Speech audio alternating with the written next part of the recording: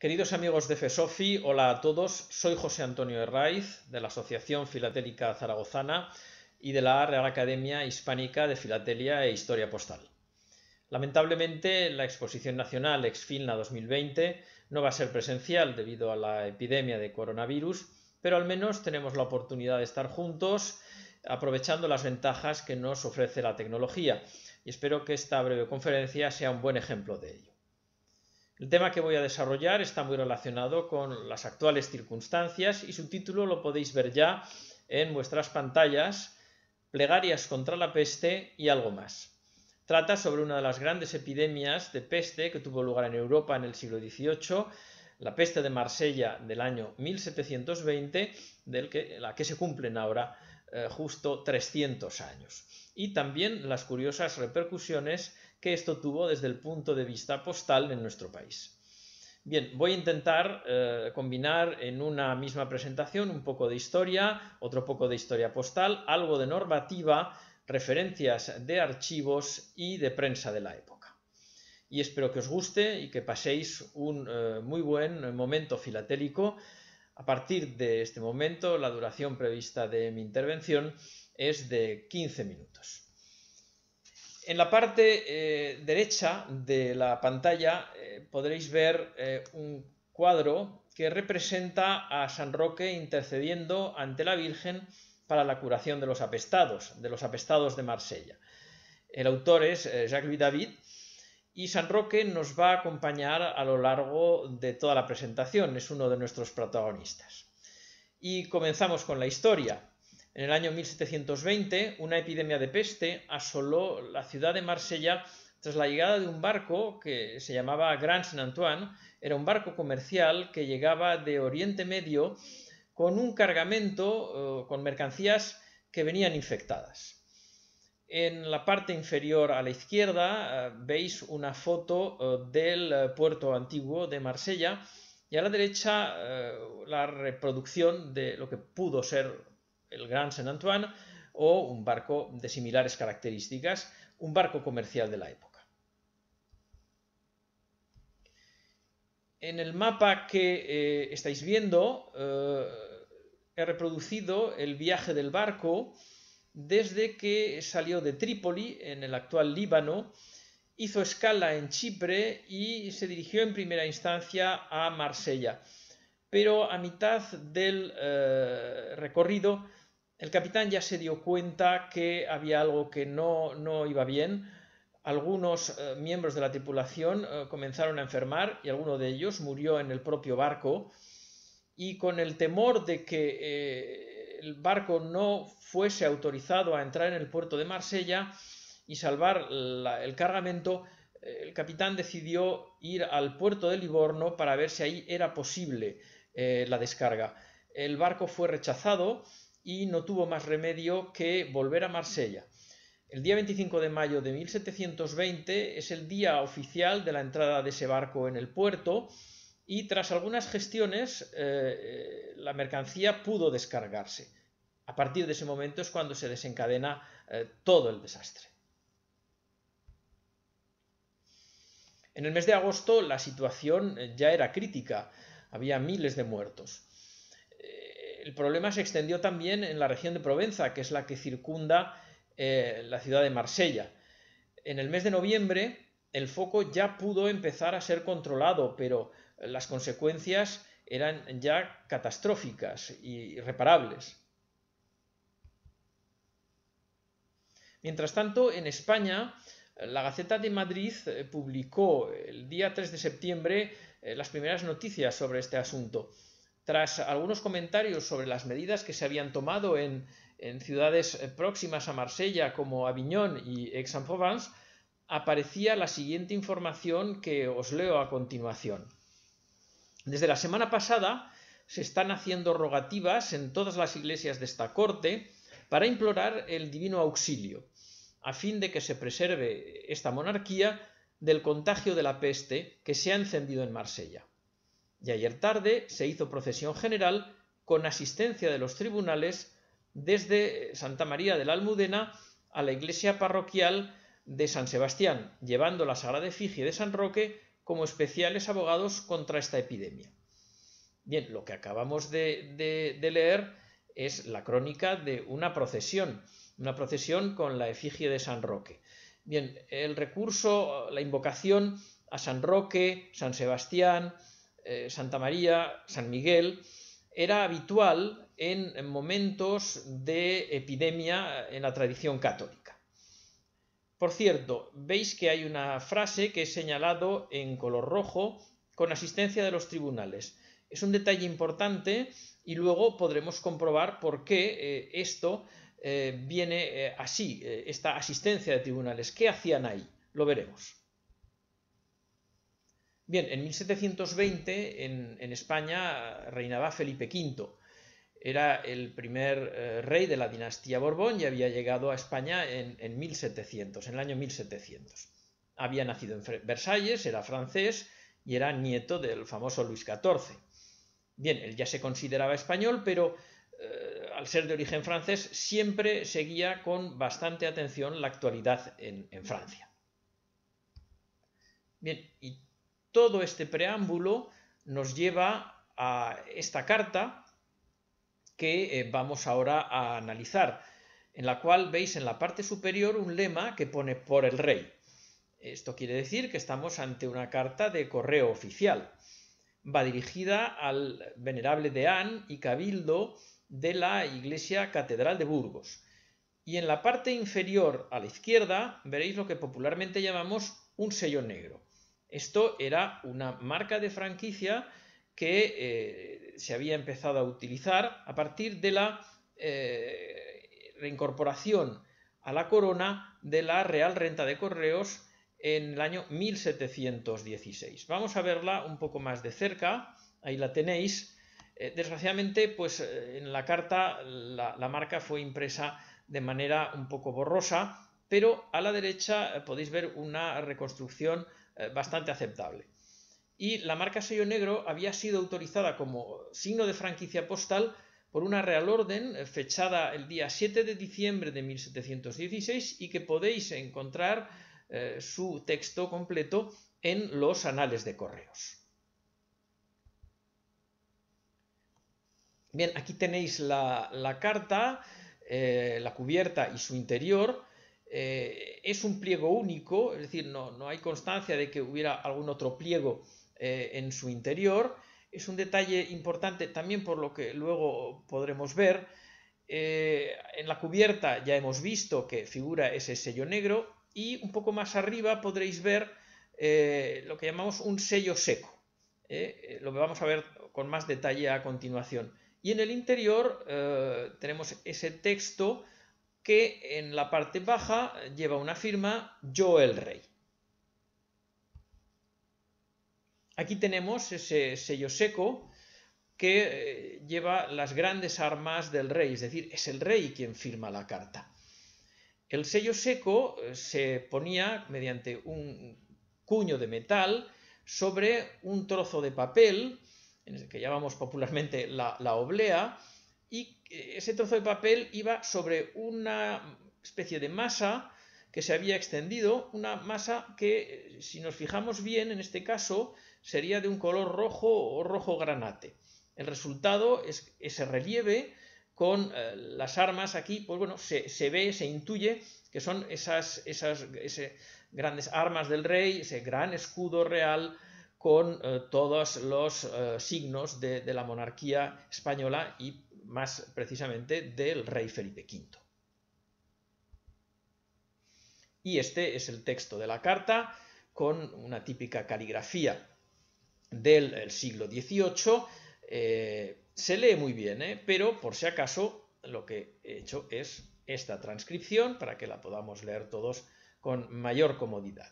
Va con el encabezamiento El Rey y comienza Venerable deán y cabildo de la Iglesia Catedral de Cuenca. Bueno, habíamos dicho hace un momento que iba a Burgos, pero aquí resulta que aparece un Cuenca. Bueno, luego veremos a ver qué pasa con esto.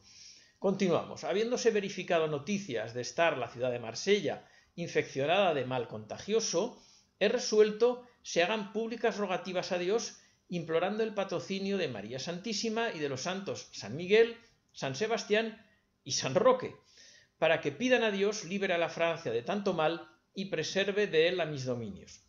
Bueno, esto nos recuerda que en la noticia de la Gaceta de Madrid, se estaba realizando una procesión, una rogativa pública. Claro, no era casualidad, es que eran las rogativas que se habían ordenado por el rey, por ejemplo, en una carta como esta. Además, el rey lo que pide es que, claro, es francés de origen, que preserve a Francia, pero bueno, que también que preserve de esto a mis dominios, es decir, a España. Y continúa, y así os encargo y mando dispongáis su cumplimiento en la forma que se ha estilado en otras ocasiones, es decir, ya debía haber una especie de manual para este tipo de situaciones que sucedían de cuando en cuando. Esperando de vuestro amor y celo el mayor servicio de Dios y mío, le aplicaréis en esta ocasión con el afecto y veras, es decir, con eficacia, que hasta aquí lo habéis manifestado, en que me daré de vos por servido. De San Lorenzo el Real, a 28 de agosto de 1720. Yo, el rey. La fecha 28 de agosto de 1720 la vamos a retener en nuestra memoria porque va a aparecer más veces.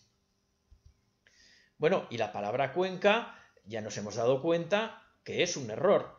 No es un error del rey, porque no es el rey quien escribe la carta. Para esto ya había escribientes, que en este caso parece que debieron escribir varias cartas parecidas. Y claro, a lo mejor una de ellas, esto es un indicio, una similar, pudo ser enviada al deán de la Catedral de Cuenca. No lo sabemos, pero es muy posible. De momento sí que sabemos que una carta fechada el día 28 de agosto, o casualidad, de 1720, la misma fecha que acabamos de ver en la carta recién analizada, firmada por el rey igualmente con el mismo sello negro en la cubierta, va dirigida al deán de la Catedral de Orense. Esta carta se reprodujo en un artículo aparecido en la revista Academus, la revista de la Real Academia Hispánica de Filatelia, el Academus número 12, aparecido en septiembre de 2008, y cuyo autor era el académico don Fernando Alonso García. Un artículo que, por cierto, os recomiendo. Y si os fijáis, en la carta donde tengo ahora en estos momentos el cursor, esto que veis aquí entre el sello negro y la palabra Orense es una pequeña nota que significa medio real. Es decir, que el responsable del correo de Orense parece que debió querer cobrar la carta a su destinatario con ese porte de medio real. No sé si al final la llegó a cobrar, pero desde luego no debía cobrarla, puesto que el sello negro que tenemos ahí era una marca de franquicia, por lo tanto la carta debía entregarse sin el pago de ninguna cantidad a su destinatario. En este caso era el deán de la Catedral de Orense. Bien, tenemos tres catedrales concernidas por el mismo mensaje, dos, Burgos y Orense, que sabemos perfectamente que se envió una carta, y otra posible a la Catedral de Cuenca. Pero, bueno, si se enviaron a tres catedrales, ¿por qué no se llegó a enviar a otras más? En España tenemos una grandísima cantidad de catedrales de todos los tamaños y todos los estilos, románicas, góticas, barrocas. Seguramente esta misma carta se debió recibir en cada una de las catedrales españolas, con lo cual estamos hablando que pudieron enviarse 60, 70 cartas perfectamente. El gran desafío será encontrar algunas cartas más. Es posible que haya en algún archivo de tipo eclesiástico, o archivo provincial, o archivo de la región. Bueno, un pequeño desafío, yo ahí lo dejo. Lo que sí sabemos es que una carta también muy parecida fue enviada a la Audiencia y Chancillería de Valladolid el 28 de agosto de 1720, con las mismas instrucciones para la realización de las plegarias. Esta carta que estamos viendo aquí se encuentra en el Archivo Histórico Nacional en Madrid. La referencia es la que estáis viendo debajo. Quien quiera verla completa puede hacerlo si se introduce en la web Pares de los archivos españoles, www.pares.es. Y aquí podemos ver el encabezado de esa carta. Igual que en la anterior, el rey, presidente y oidores de mi audiencia y chancillería que reside en la ciudad de Valladolid. La Real Audiencia y Chancillería era lo que podíamos llamar hoy un tribunal supremo. Y en España había dos muy importantes, en Valladolid y en Granada. Y luego había otras audiencias en el resto de España. Habiéndose recibido noticias de estar la ciudad de Marsella inficionada de mal contagioso, he resuelto se hagan públicas rogativas a Dios, implorando el patrocinio de María Santísima y de los santos San Miguel, San Sebastián y otra vez San Roque. Bueno, desde luego la intención del rey era muy clara. Quería que esto se hiciese en toda España. Pero esto nos lleva otra vez a la noticia de la Gaceta de Madrid, puesto que esas rogativas públicas debían hacerse en presencia de los tribunales. Es la frase que he señalado en rojo al principio. Bueno, aquí lo que nos indicaría es que alguien de esas audiencias tuvo que estar presente en esas rogativas, en esas procesiones, a modo de lo que hoy llamaríamos un notario, para dar fe, levantar acta de que la Real Orden, las órdenes, los deseos del rey habían sido cumplidos. Bien, aquí vemos la cubierta de la carta. En la parte superior vemos otro sello seco con las armas del rey. En este caso, la oblea, el papel sobre el que se hizo la impresión, está doblado, pero si nosotros desdobláramos esos extremos, veríamos exactamente lo mismo que en la otra carta.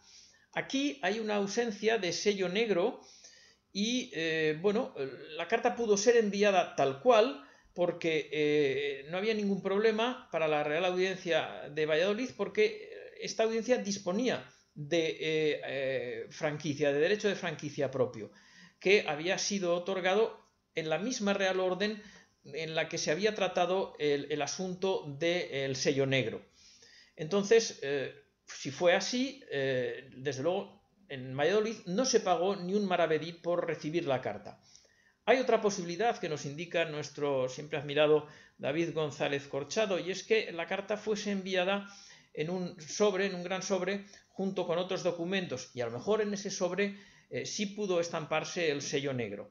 Pero se estampase el sello negro o no, tampoco en ese caso en Valladolid tuvieron que pagar un maravedí por recibir esa documentación, por ese derecho de franquicia que gozaba la Real Audiencia. Bien, y tras todo esto, pues vamos a llegar a algunas conclusiones. La primera de ellas, bueno, siguiendo los deseos del rey, en el mes de septiembre de 1720 toda España rezaba y hacía procesiones por la curación de los habitantes de Marsella. Bien, con fecha 28 de agosto de ese año 1720, ya lo hemos visto, autoridades civiles y religiosas recibieron instrucciones muy concretas para la realización de las plegarias. Y dichas instrucciones fueron comunicadas por cartas firmadas por el rey y que circularon en régimen de franquicia. Y luego una última conclusión.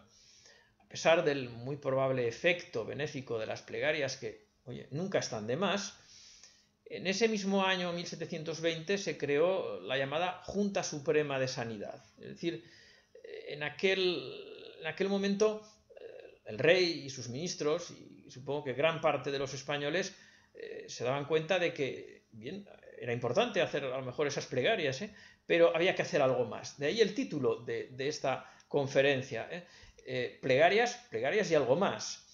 Y esa Junta Suprema de Sanidad fue la primera oficina nacional de salud para la lucha contra las epidemias en España.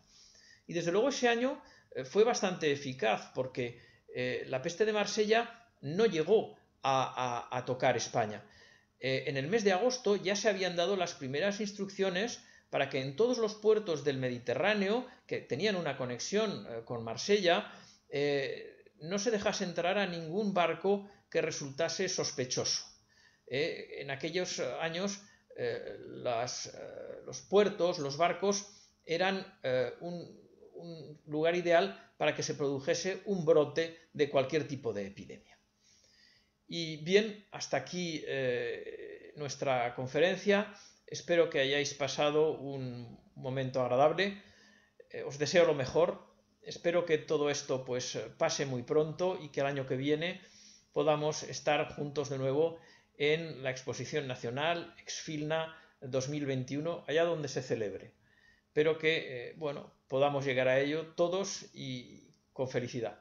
Muchísimas gracias por vuestra atención y hasta siempre. Gracias a todos.